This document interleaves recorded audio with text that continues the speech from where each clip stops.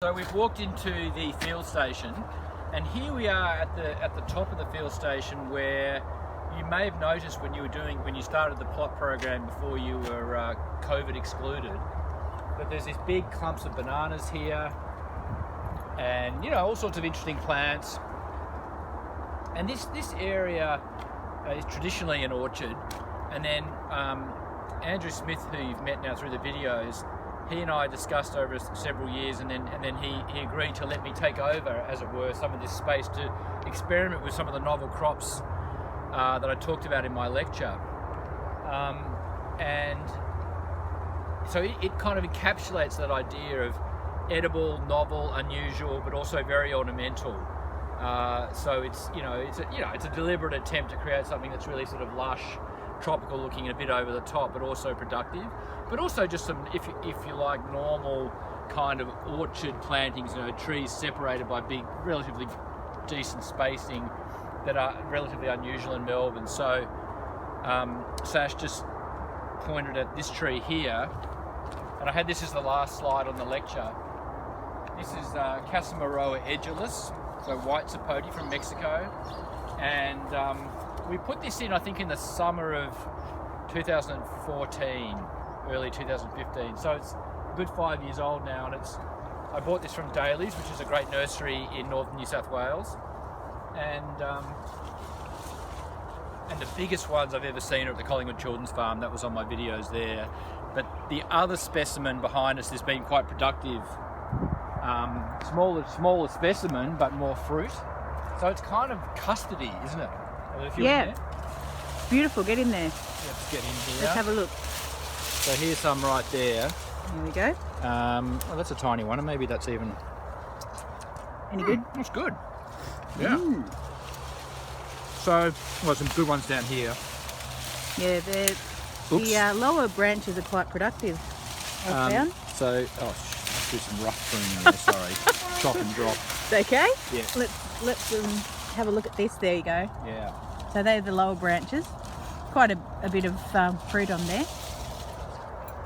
So let's go. We were just looking at these before, and there are two specimens of feijoa, or strictly speaking in Spanish, feijoa, and they're having a great year. And let's... I should have got secateurs now, so I'll just use... So feijoa is in the Myrtaceae, so the same family as eucalyptus, from South America, and Brazil, southern Brazil, I think through to the edge of the Amazon, but don't quote me on that. And you can eat the skin, but they've got this, what do you describe it as, Sash? It's like a bubblegum kind of flavour, and maybe a soft cantaloupe kind of texture, but not gross. See, I like the skin too. Yeah, the skin's good. So you might know this tree, but it has the most beautiful red classic myrtaceous flower with all the fluffy anthers, myrtaceous fluff. It's often planted as an ornamental, isn't it? Yeah. It has been since the 70s. I've seen it around as an ornamental, and it's almost like we don't know what to do with the fruit here, and it hasn't always produced as well here. That's right, and as usual in New Zealand, they've tried to kind of capture a bit of a niche market and make it their own. I'm not sure how that's going, but I think New Zealand's the biggest producer in the world. So interestingly enough, I put in this second one because apparently they can produce on a single specimen where cross-pollination helps, and this one, smaller, is prolific. And I know Georgie, one of the gardeners, has been munching these for a couple of weeks now. Hi, Georgie. So there's two feijoa, a big fig tree. Now, this is interesting. This is a plum, a cherry plum, which I'm going to prune heavily this year. I grew it from a seed from my garden I had in Alvington. Which is a bit risky growing from seed. I don't know if it's a very prolific one, so I'll give it one more year. I may actually pull this one out. There's an olive here that's grown from the rootstock because it got a bit affected by herbicide. Which is a bit unfortunate. And then over here, look at that harvest. So feijoas are ready to eat when they fall off the plant and onto the ground. So this is a loquat, or locust, called Nespla in Italian, in Italy, I think. This is really common as a sort of woody weed in Melbourne. I don't think that bad, but it pops up spontaneously. I think they're absolutely delicious. And evergreen, it's in the Rosaceae, so the rose family, China and Japan, and this is a name variety, so meaning this is, I've forgotten the name of it, it's called Vessel Brown. So this is one, again, I bought from Daly's. It's been grafted onto just the seedling rootstock, and it has these absolutely massive fruits, because locusts can sometimes have very small fruits. But there's a self-sown one near my office, near the mobile phone tower, which is in like the worst soil, growing next to a privet, and it produces huge amounts of fruit too. So this is a super robust, low input, climate change adapted tree, no doubt about it. Like it's good to go. Again, it's another one that Aussies didn't really know what to do with. You'd often see Italian or Greek Definitely. people collecting, and planting them. Yeah, definitely. And growing. If So- you in those post-war suburbs that had lots of migrants, you'll see around Northcote today where people have planted them in their nature strips. Yeah. And I was going to say, I once went to I think a workshop at Ceres where a woman was speaking about her trip to Japan and what was the biggest takeaway. And she said she went there, she ate exotic foods, and there was this one fruit tree she thought was the most delicious thing she'd ever eaten. And she thought, I'm going to really miss this when I come home. She came back to Melbourne and went, oh my God, it's that tree that just grows everywhere. So she, like you said, she'd never thought about it before. So really interesting. It's changing the way we think, isn't it? Yeah, I think so.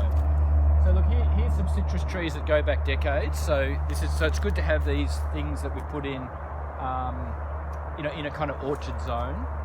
And we'll just have a look at the more herbaceous stuff that I put in now. So here's our old friend, Pepino. So this is a good ground cover. I'm not actually a massive fan. It's one of those things, I like it and other people like it, so I would be willing to grow it. But so this is another South American thing in the Solanaceae, and it produces this big round eggplant-like fruit. It actually gets a lot bigger. It never quite reaches full sweetness, right? But it's nice. It's like a kind of mild cantaloupe. Much more like a cantaloupe than feijoas. Yeah. It is like a very mild cantaloupe. Do you like them, Sash, or? Like is a strong word. Yeah. I don't mind them. They'd be nice on a cheese platter or something like that. You know what I mean? Yeah, I do. They're kind of mild and could take on the flavour of several different things. You know what I mean? Yeah, our new segment, Food Talk, in the No, that's it. That's a good idea.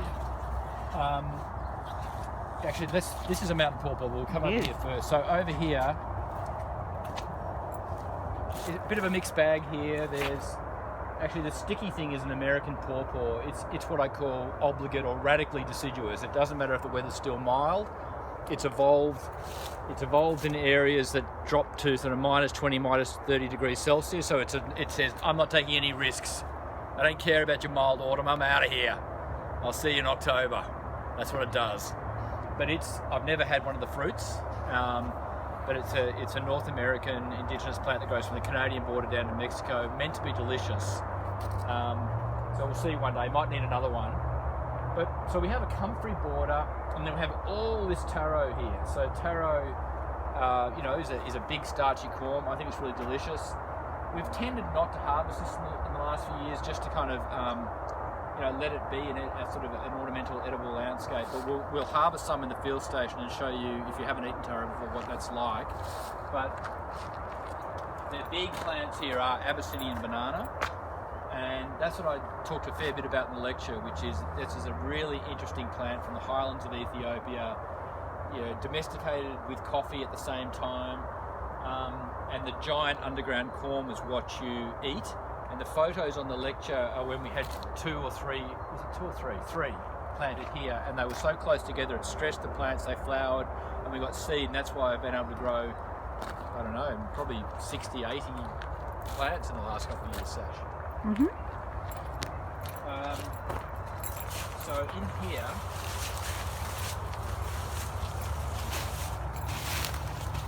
Let's get in there. yeah. So this is related to pawpaw. It's Babaco. So it's from the highlands of the Andes. So by definition, it's high. And this is so easy to grow in Melbourne. What a joke! I mean, it's just, and I think they're delicious, right? They're not as yummy as a pawpaw, but they've got their own eating quality. And so these will go yellow in December of this year. So they fruit up in over one summer, and then they're ready early the following summer. And so look at that. Beautiful leaf. Yeah. So more taro. Oh, this one's not very happy. They're a bit sensitive to waterlogging, but even then, if you pull them out and chop the top off and stick it in grow it as a cutting, they regrow. They're very easy to grow. Yeah. So around the back here, so we have one of my favourite plants, a choco, or shushu in many languages, chayote in Mexico, and this is where it's from. It's a perennial, so this is like 3 or 4 years old, this vine, and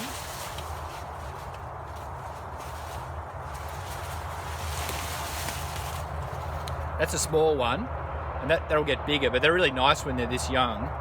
And it's a sort of like a hard zucchini, not that much inherent flavour, but great to absorb other flavours, right? And you can also eat the shoots, and I think they're really worth planting. This is a great standby crop. The shoots are very cute. The shoots are cute. So if I have we let some of these get really big, I'll let you guys take a few to propagate them if you want. They're a short day plant, which means they don't start, in the case of choco, they start flowering just before equinox. So then the race is on to see if they can actually get pollinated by bees or insects, and then produce enough of these pear-shaped chocos, even a bit bigger, until it gets too cold and they stop growing, right? So think about it. End of March, flowering, and then the race is on through April and May. Can we produce enough fruit before it gets too cold and they stop growing? So they're on the margins here in Melbourne, but most years they're pretty prolific if you get the right sort. And so just quickly, I just want to show everyone, because you mentioned, we were talking on the phone the other day about different types of kind of taro, and called alocasias, but this is actually a South American kind of taro, and it's in the genus Xanthosoma. And you can see it's different because the petiole is at the edge of the leaf, right? So the petiole is at the edge, whereas true taro, Colocasia, is peltate, so the petiole is kind of offset, or off-center. That's how you tell the difference. So in Brazil, they definitely sell these leaves as a giant spinach. Yeah. And they also do sell the roots as well. Wow. Tubers. I don't think they're as nice as true taro, or taro true, as they say in Pidgin. But yeah, still tasty, and actually copes with drier soil better than taro. So, all right. Well, let's look at the final part of the bed. So irrigation here. It's probably this year with the summer rain. We had summer rainfall plus standard irrigation, probably about an hour's worth of drip irrigation a week. So that's kind of just very similar to your veggie plot. So again, you can have a level of lushness that doesn't necessarily mean that you're going completely mad, right? But again, don't kid yourself. It definitely needs summer irrigation.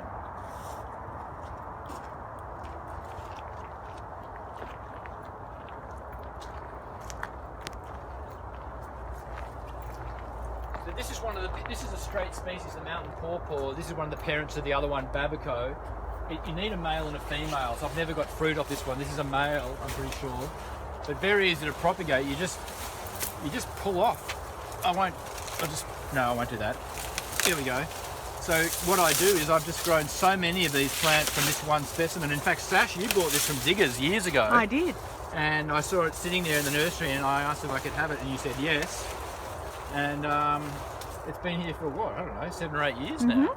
So you just break off these side branches and plonk them in mix, and then within a few days they start to root, and they're really easy to grow. So it sounds like we need to get a female down here. well, I do, and I'm going to get one from Roy Rama Nursery near Geelong. But look, with the bananas, they've just gone absolutely mad. And I should say again, referring to the videos with Andrew, this whole area was covered in deep layers of arborist waste, right? So the leaves and the stems and the wood chips from trees that have been removed was allowed to sit for 2 or 3 years, and it just formed this beautiful chocolatey humus layer with the soil, and everything has gone nuts in it. And I should say too, I really want to mention this too, Sash, that rather than have these fruit trees in Kikuyu that needs maintenance, Andrew and I discussed, and we've decided we just use huge piles of the arborist waste here too. So you cut down on the maintenance, and you're actually building up the soil too over time. So look at the golden leaves. He really likes the golden leaves. They're very pretty. Okay, so a lot of this area here needs a bit of refurbishment, but we've got this giant water feature here full of water chestnuts. I haven't really fertilised it, so I've got a feeling it's probably not any water chestnuts. Are there any? No, it's a bit... Water chestnuts are really easy to grow in Melbourne, but you do need to fertilise them. And this is just... I mean, there would be some in here. Oh, that's disappointing, Sash. I can't actually find any. I'll have to do another video and tip them out of a bucket. This one? No. Right, scratch that. So we've got Peruvian ground apple. Some of you may know Yacon in the back there. And I will do a video another time where we harvest some. And the bananas. Did you see the bunch? Yeah. There's bunches of bananas up there. Oh, look at that one. That's a really good one. Have a look at that. Unreal. There's a flower. Absolutely beautiful. And lemongrass too, Chris. Lemongrass. We've got a tropical spinach which needs cutting back, but it's Gonura. What's it called? Anyway, it's actually pretty yummy. It looks terrible there. And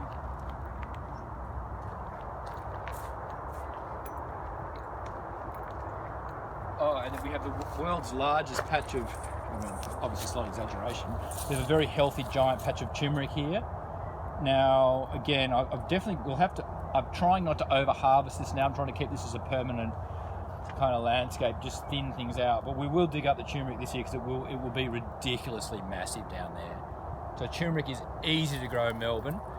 So is ginger. Depending on the suburb, I guess. I also have a massive pot of turmeric in the nursery which would be good to divide up. Absolutely.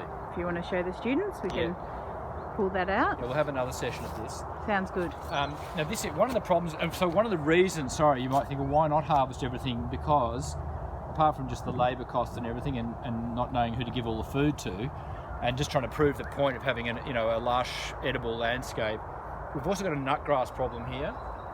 And so it starts to slow down at this time of year. So what we're trying to do is grow things that just form true ground covers, right? Ground covers in the sense not that they're just on the ground, but that they actually shade and smother other plants, weeds. So the idea here is to have this edible indigenous salt bush. So that will spread out and form big blobs in the landscape, and you can cook that up like a spinach. We've got these curry trees here. So curry bushes, which do really well in Melbourne. A mountain pawpaw. Sweet potatoes is a ground cover. Lemongrass here, forming big clumps. And over time, the canopy from these plants will shade out the nutgrass, because this year Amy and Claire and I put 2 layers of weed mat down on top of the nutgrass, and it just grew through the weave. I was really shocked. People had said to me that could happen, and I was like, not with 2 layers, surely. No, it's super plant. The only way to do it is shade, or I guess some horrific chemical, but even then, right? So with nutgrass, I think shade is the way to get rid of it. So, yeah, here it is. The